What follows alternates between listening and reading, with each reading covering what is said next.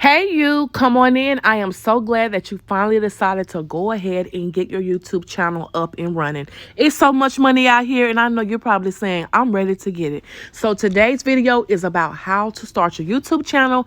And if you already have a YouTube channel, but you're not really using it, this video is also for you because it'll give you tips on how to go ahead and get it going in the right direction. Okay, so I have a quick question for you. Do you know what your niche is? Do you have a niche? If you have a niche, comment down below what your niche is. A niche is very important to start your YouTube channel. You need to know which direction you're going in. So you want to try to stick to one thing at first. Let me put that out there. At first, you want to stick to one thing at first so that YouTube can know what your channel is about and also what audience to send your information over to. Now, you do not have to stick to the same niche, but you want to stick to it in the beginning so you can grow your audience, and then you could take that audience somewhere else with you and also gain a new audience. But you need to know what your channel is about because YouTube also needs to know. Okay, so now that we've thought about our niche, now we need to create a YouTube channel. Go to Google, put in the information that you need to put in, and then you will create your YouTube channel. Now that you have done that, now you need a name for your channel. If you have a name already ready to go, kudos, great job to you. If you don't have a name, you can wait until you're ready to put a name. Or if you go ahead and put a name in, you can always change the name.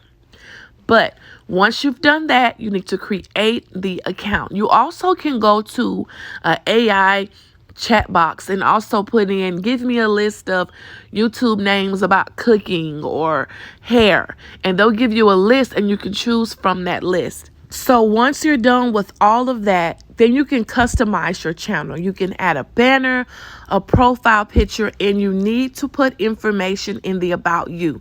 That will give your audience a general description about you, what your channel is about, what they can expect to see, what they can expect to hear. You also can create a trailer for your channel. That's just saying, hey, who you are, what your channel is about, what they can expect, and that'll let them get to know you a little bit better. So if you can, go ahead and create your trailer. It's not a bad idea. So now that we're done with that, we're going to help YouTube understand a little bit more what our channel is about. So we're going to go into this section right here, and we're going to put in keywords. Put in every keyword that you can think of that describes your channel. Like, for instance, cooking. You want to put cooking, baking. You want to put cooking supplies. You want to make sure you put your name in there, your channel name in there. Just put all the keywords. That will help YouTube know what your channel is about, and also it will let YouTube know who to send your channel videos to. So that's a good key thing there. So make sure you put as many keywords that they will allow you. So now we have our niche, we've created our YouTube channel, and we've also put in keywords so that YouTube can know exactly what our channel is about. Now we need to make our first video or short. It's very important. What is your first video going to be about? Your first video needs to pop. It needs to catch your audience as soon as they click on your video or as soon as they scroll upon your YouTube short. You need to wow them. You're trying to sell your channel. You're trying to sell your channel to them. So make sure when they click on it, it's worth their while. Let's just say again that you're cooking. Show a very nice thumbnail of something that you made. And when they click on the video, show the food already made. Show them what their food will look like from watching your video. Then introduce yourself and then show all of the information that goes along with cooking that item. Also, make sure the quality of the video is good. Clear. The audio is clear. That's very important. You can have a wonderful meal that you're making that tastes so good and looks so good, but if they're having a hard time hearing you or seeing what you're doing, they're going to click off to the next video. And that's not the goal. That's not what we want. So this is what I tell myself. Would I watch this? Ask yourself that. Would I watch this? And go off that. Yeah, everyone has a different perception and see things and hear things differently. But hey, just try it out. Ask yourself, would I watch that? Can I hear myself? Ask yourself that question. If the answer is yes, that's great.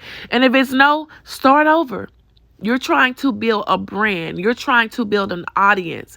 You want your audience to come back to you every time they want to try something different to cook, or every time you have a new video.